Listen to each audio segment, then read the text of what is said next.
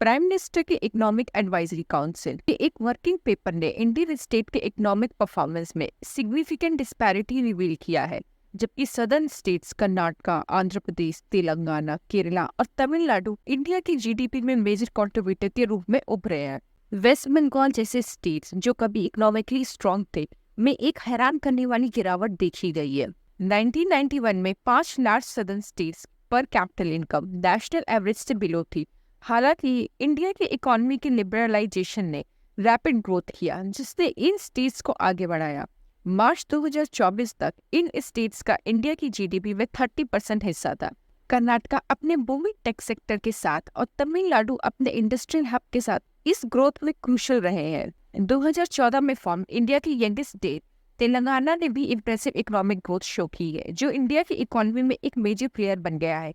इसके contrast waste Bengal, जो कभी 1960-61 में 10.5% शेयर के साथ इंडिया की जीडीपी में टॉप कंट्रीब्यूटर था, अब केवल 5.6% है। कि पर कैपिटल इनकम, जो कभी नेशनल एवरेज का 127.5% थी, ड्रॉप होकर 83.7 हो गई है। रिपोर्ट में कहा गया है कि वेस्ट बंगाल के इकोनॉमिक परफॉर्मेंस में सेवरल डिकेड से कॉन्टिन्यूअस गिरावट देखी गई है। पंजाब, जो कभी ग्रीन रिवॉल्यूशन का बेनिफिशियरी था, ने भी 1991 के बाद से इकोनॉमिक ग्रोथ में गिरावट एक्सपीरियंस किया है। स्टेट की पर कैपिटल इनकम, जो 1971 तक नेशनल एवरेज का 169% हो गई थी, अब घटकर 106% हो गई है। इसके विपरीत हरियाणा में पर कैपिटल इनकम में 176.8% शार्प राइज देखा गया है, जिसमें से मैक्सिमम ग्रोथ 2000 के बाद हुई है। पंजाब और हरियाणा के बीच अंतर चौंकाने वाला है, क्योंकि हरियाणा, जो कभी इकोनॉमिकली पंजाब से पीछे था, अब की इकोनॉमिक मेरिट में उससे आगे निकल गया है। महाराष्ट्र जीडीपी में इंडिया का लार्जेस्ट कंट्रीब्यूटर बना हुआ है। हालांकि रिसेंट ईयर में इसका शेयर 15% से घटकर 13.3% हो गया है।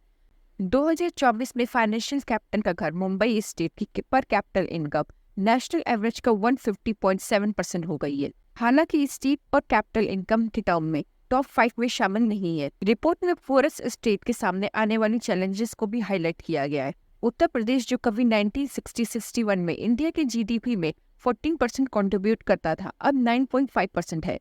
Bihar third most popular state होने के बावजूद नेशनल इकोनॉमी में केवल 4.3% कंट्रीब्यूट करता है, जबकि ओडिशा ने रिमार्केबल इंप्रूवमेंट शो किया है। रिपोर्ट बताती है कि लिबरलाइजेशन के बाद से स्टेट ने ड्रामेटिकली डिफरेंट इकोनॉमिक पाथ अपनाए हैं। सदर्न स्टेट ने रिफॉर्म को कैपिटलाइज किया, जिससे नेशनल ग्रोथ बढ़ी है। हालांकि वेस्ट बंगाल का केस एक अनरिजॉल्व्ड पजल के रूप में खड़ा है, क्योंकि स्टेट अपने अर्ली प्रोमिसेस के बावजूद कंटिन्यूअसली पिछड़ रहा है।